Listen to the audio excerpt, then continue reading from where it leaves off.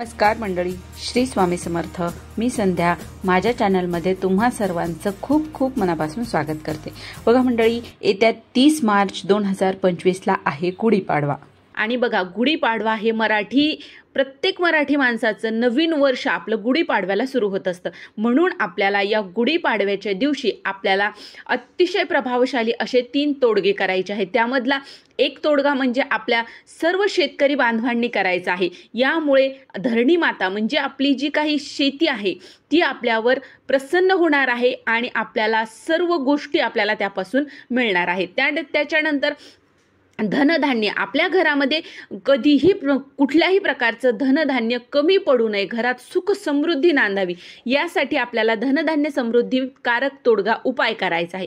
त्यानंतर आपल्या घरामध्ये कुठल्याही प्रकारचा आजारपण येऊ नये, कुठल्याही प्रकारची बाधा येऊ नये आणि घरातील दारिद्र्य हे कायमस्वरूपी निघून जावं यासाठी एक उपाय करायचा आहे. तर असे हे प्रभावशाली असे 3 उपाय आज आपण या व्हिडिओमध्ये पाहणार आहोत. त्यामुळे व्हिडिओ अगदी शेवटपर्यंत पहा आणि जर तुम्ही माझ्या चॅनलवरती नवीन असाल तर चॅनलला सबस्क्राईब करा. तर बघा मंडळी, प्रत्येक मराठी माणसाचं नवीन वर्ष हे चैत्र शुद्ध प्रतिपदेला म्हणजे पाडव्याच्या दिवशी सुरू होत असतं आणि यावर्षी पाडवा आहे 30 मार्च 2025ला. तर या दिवशी आपल्याला हे 3 उपाय करायचे आहेत. आता कसे करायचे ते उपाय बघा. सर्वात अगोदर पहिला उपाय म्हणजे आपला धनधान्य समृद्धीकारक तोडगा आहे बघा. तर हा तोडगा म्हणजे हा उपाय, हे जे साहित्य आहे हे तुम्हाला तुमच्या जवळच्या स्वामी समर्थ केंद्रामध्ये तुम्हाला हे मिळून जाईल. आणि जर तुम्हाला नाही मिळलं तर त्यामध्ये काय काय साहित्य आहे हे मी तुम्हाला सांगते. तुम्ही ते साहित्य एकत्र करा आणि त्याच्यावरही तुम्ही ही थोडीशी सेवा करू शकता. सेवा म्हणजे जास्त असं काही नाहीये. तर बघा, आता हा जो तोडगा आहे यामध्ये आपल्याला काय काय आहे हे पाहूया. बघा, यामध्ये काय काय आहे तर यामध्ये अशी एक पिवळी पिशवी मिळते. जर तुम्ही केंद्रातून घेतलं तर ते देतात, जर नसेल तर तुम्हाला अशी पिवळी पिशवी घ्यायची आहे. आणि त्याच्यामध्ये आपल्याला एक तांब्याचा गोल तुकडा आहे, त्याच्यानंतर तांब्याची छोटीशी अशी पादुका आहे आणि त्याच्यानंतर एक अखंड हळकुंड आहे, एक रंगारी हिरडा आहे, थोडंसं खडे मीठ आहे आणि थोडेसे नागकेशर आहे. तर या वस्तू यामध्ये दिलेल्या आहेत. आणि यामध्ये आपल्याला आपल्या घरामध्ये नवीन झालेले जे गहू असतात, आपल्या घरामध्ये आणल्याच्या नंतर हे जे गहू आहेत हे मूठभर गहू आपल्याला त्यामध्ये टाकायचे आहेत आणि 1 रुपयाचं नाणं हे आपल्याला यामध्ये टाकायचं आहे. आणि हे झाल्याच्या नंतर हे जे तयार होईल ही पिशवी आपल्याला आपल्या देवघरासमोर ठेवायची आहे.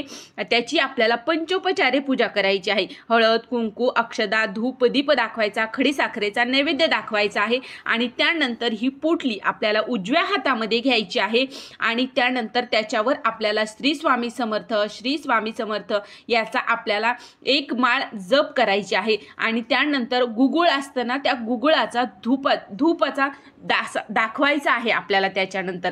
आणि नंतर ही पोटली आपल्याला आपल्या स्वयंपाकघराच्या, आपलं जे काही स्वयंपाकघर आहे त्या स्वयंपाकघराच्या ईशान्य कोपऱ्यामध्ये आपल्याला ही पोटली, ही वस्तू आपल्याला तिथे बांधायची आहे. जर खिळा असेल तर तिथे लटकून द्या, नसेल तर त्या कोपऱ्यामध्ये तुम्ही ठेवून देऊ शकता. तर अशा प्रकारे आपल्याला हा धनधान्य समृद्धीकारक तोडगा करायचा आहे. अतिशय प्रभावी आहे. मी दरवर्षी हा तोडगा करते आणि याचा अनुभव सुद्धा मला आलेला आहे की आपल्या घरामध्ये कधीही कुठल्याही प्रकारची धनधान्याची कमतरता भासत नाही आणि घरातील अन्न खाऊन सुद्धा जो कोणी येतो तो पवित्र मनाने आपल्या घरातील अन्न खाऊन जात असतो. त्यामुळे हा अतिशय प्रभावी तोडगा आहे, नक्की तुम्ही करा. त्यानंतर दुसरा तोडगा आहे बघा, जो आपल्याला चैत्र पाडव्याच्या दिवशीच करायचा असतो.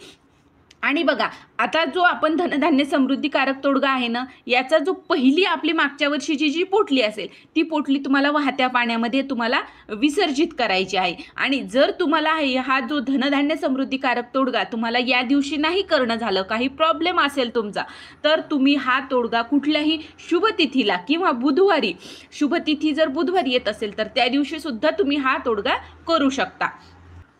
त्याच्यानंतर दुसरा तोडगा म्हणजे बघा, जो आपल्याला पाडव्याच्या दिवशी करायचा आहे. तर यामुळे आपल्या घरामध्ये कुठल्याही प्रकारचं आजारपण राहत नाही, कुठल्याही प्रकारची बाधा वगैरे काय जर करणी प्रकार होत असतील ते सुद्धा होत नाहीत आणि घरामध्ये सुख समृद्धी राहते, घरातील दारिद्र्य नष्ट होत असतं. तर आता काय आहे तो तोडगा बघा. यासाठी आपल्याला वडाच्या झाडाची 3 इंचाची मुळी लागत असते आणि एक रंगारी हिरडा लागतो आणि हे 2 वस्तू, फक्त या 2 वस्तू लागतात आणि या वस्तू आपल्याला लाल पिशवीमध्ये ठेवायच्या आहेत. आणि ह्या ज्या आहेत, हा जो तोडगा आहे, हा उपाय आपल्याला आपल्या घरातील प्रमुख व्यक्तीने करायचा आहे. आता बघा, प्रत्येक घरातील माणसं प्रमुख व्यक्ती म्हणजे माणसं ऐकतातच असं नाही.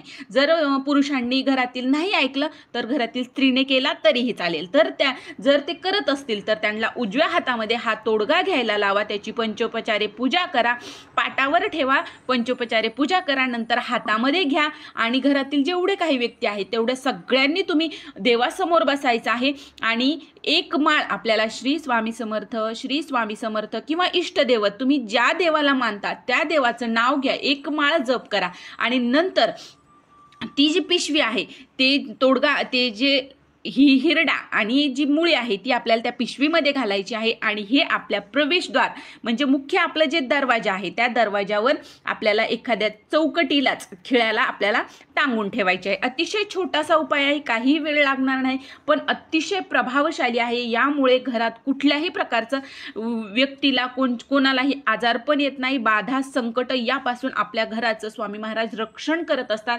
म्हणून आपल्याला हा तोडगा करायचा आहे. तर हे 2 तोडगे होते आणि त्यानंतर तिसरा तोडगा म्हणजे अतिशय प्रभावशाली, जो सर्व शेतकरी बांधवांनी करायचा आहे. बघा, आपल्या सर्व शेतकरी बांधवांचा सर्व जे काही आहे ते शेती असते, कारण शेतीपासूनच आपल्याला सर्व काही मिळत असतं आणि त्याचमुळे आपल्याला आजच्या दिवशी शेती मातेची, धरणी मातेची, सीता मातेची आपल्याला कृतज्ञता व्यक्त करण्यासाठी आज आपल्याला त्यांची पूजा करायची आहे, त्यांना नैवेद्य दाखवायचा आहे. तर आपल्याला काय करायचं आहे, प्रत्येक शेतकरी बांधवांनी पाडव्याच्या दिवशी काय करायचं आहे, आपल्या शेताच्या मधोमध एक खड्डा करायचा आहे. त्या खड्ड्यामध्ये आपल्याला सीता मातेची, धरणी मातेची आपल्याला पूजा करायची आहे. पंचोपचारे हळद, कुंकू, अक्षदा, धूप, दीप दाखवा आणि त्यानंतर बघा, पाडव्याच्या दिवशी प्रत्येकाच्या घरामध्ये काही ना काहीतरी गोडाधोडाचं होतच असतं. तर ते आपल्या घरामध्ये जे काही शिजवलेलं अन्न आहे ते एक माणसाला पुरेल एवढं आपल्याला आणायचं आहे आणि त्या खड्ड्यामध्ये आपल्याला ते ठेवायचं आहे आणि तिथे ठेवल्याच्या नंतर आपल्याला भूसूक्त आपल्याला म्हणायचं आहे. आता बघा, भूसूक्त काय आहे, तर हे आपल्याला नित्यसेवेचा जर ग्रंथ असेल तर त्यामध्ये मिळेल आणि जर नाही मिळालं तर मी तुम्हाला डिस्क्रिप्शन बॉक्समध्ये देईल, तुम्ही तिथे स्क्रीनशॉट काढून घेऊ शकता किंवा लिहून घेऊ शकता. त्यानंतर आपल्याला तो खड्डा आहे तो आपल्याला पुरून टाकायचा आहे आणि त्यानंतर आपल्याला धरणी मातेला प्रार्थना करायची आहे की हे भूमिरूपिणी सीता माते, आपल्या कृपेने प्राप्त झालेल्या या अन्नाचा नैवेद्य आपणास अर्पण करत आहे. आपल्या या असीम कृपेबद्दल धन्यवाद आणि कृतज्ञता व्यक्त करत आहे, अशी विनंती करून तो नैवेद्य त्या खड्ड्यामध्ये आपल्याला पुरून टाकायचा आहे. तर अशा प्रकारे सर्व शेतकरी बांधवांनी आपल्याला ही पाडव्याच्या दिवशी हे उपाय करायचे आहेत आणि ही सेवा करायची आहे. तर ही छोटीशी माहिती होती जी मला तुमच्यापर्यंत पोहोचवायची होती. जर तुम्हाला हा व्हिडिओ आवडला असेल तर व्हिडिओला लाईक करा, जास्तीत जास्त लोकांपर्यंत हा व्हिडिओ शेअर करा आणि माझ्या चॅनलला सबस्क्राईब करा. श्री स्वामी समर्थ.